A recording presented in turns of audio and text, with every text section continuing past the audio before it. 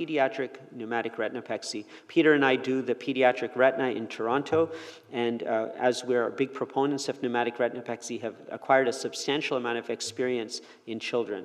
This is a 15-year-old boy, shallow max split detachment from 9 o'clock to 2 o'clock. You see a superior dialysis, or you can't see it, but it's there. You see the detachment. In kids, we apply cryopexy, and then we do the gas injection. You can see the next day the retina is mostly attached, and over time, the patient achieved a complete retinal reattachment. I'm now going to show you a few videos of cases in children so that you can see exactly what it's like. This is a patient with a complex detachment. Marfan's had a subluxated lens and sutured IOL in Australia, was visiting in Toronto. I had a nasal detachment, you saw. And if you can turn up the audio for these videos, please, all the way. So, I convinced him to do this pneumatic because he said that, if I play his favorite music, he'll let me do it because that'll calm him down. So here we are performing the procedure. He's pseudophakic. In children, again, I like to do cryo. If we can keep the audio on, please, for the next few, the rest of the talk. And so no break there. Look left again. So you can see he's tolerating the procedure very nicely. The cryo is probably the most, if there's going to be any discomfort, that might be where it is, but usually I'm aiming for 1 or 2 shots at most. So here you can see we're doing the anterior chamber tap. Again, pseudophakic, so I'm going to be able to get probably a lot of fluid with the prior vitreoretinal surgery here. And I was able to take out 0.4. You see we're completely flattening the AC. And then we're injecting our gas, SF6. 100%, 0.7 cc's. You go in with the needle halfway in, then pull back so the tip is barely in the eye, then inject, not too fast, not too slow, and then come out. And then we explain the positioning, we examine the nerve to make sure that the patient can see. Okay, these are complex cases. I'm showing you these after thousands of cases. We're not advocating that you go out and start with these types of cases, but this is another 12-year-old girl who had an inferior dialysis. She had laser retinopexy that was done at another institution. Patient was referred to me for a buckle. So what did I do? I did a pneumatic. So here's the patient.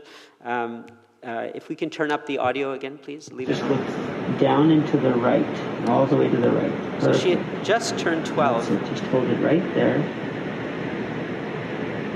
Excellent. So we give the subconch in the quadrant where we're going to do the injection. And so this is one of those moments, just try to hold very still, look up a little bit. There you go, perfect.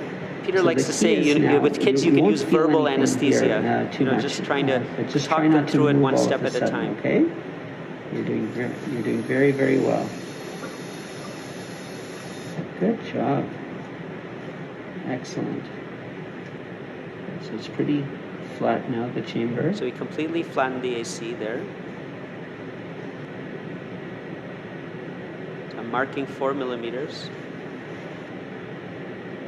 Maybe a little too much beta time, but...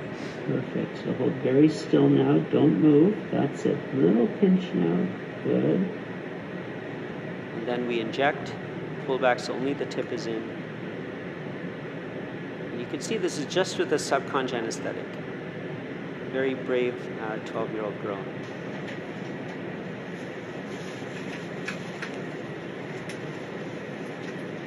Great. How was it? Did it hurt at all or not at all? Nothing? Not even one part? Wow, that's amazing. So this was the patient with the inferior dialysis. You see the gas bubble there.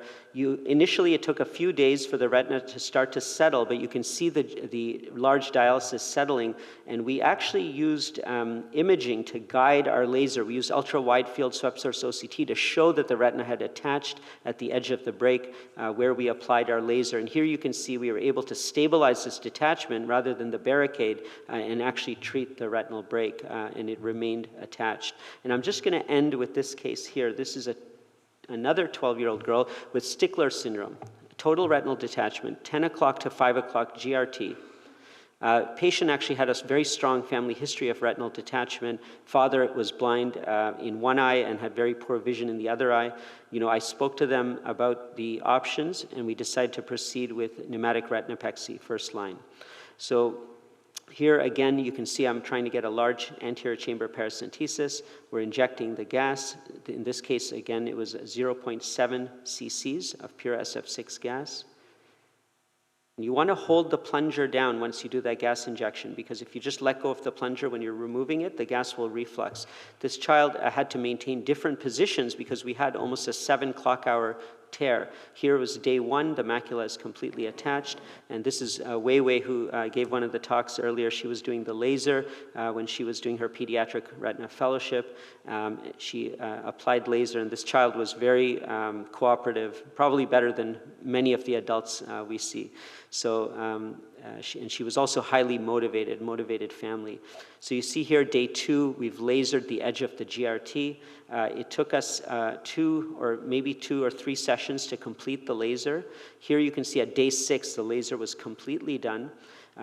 One single bubble of SF6, we did not even need a second gas bubble. And here you see at 3 months, beautiful, extensive laser and a perfect reattachment, really, without the need for vitrectomy or buccal or silicone oil. The patient achieved excellent functional outcomes. Thank you.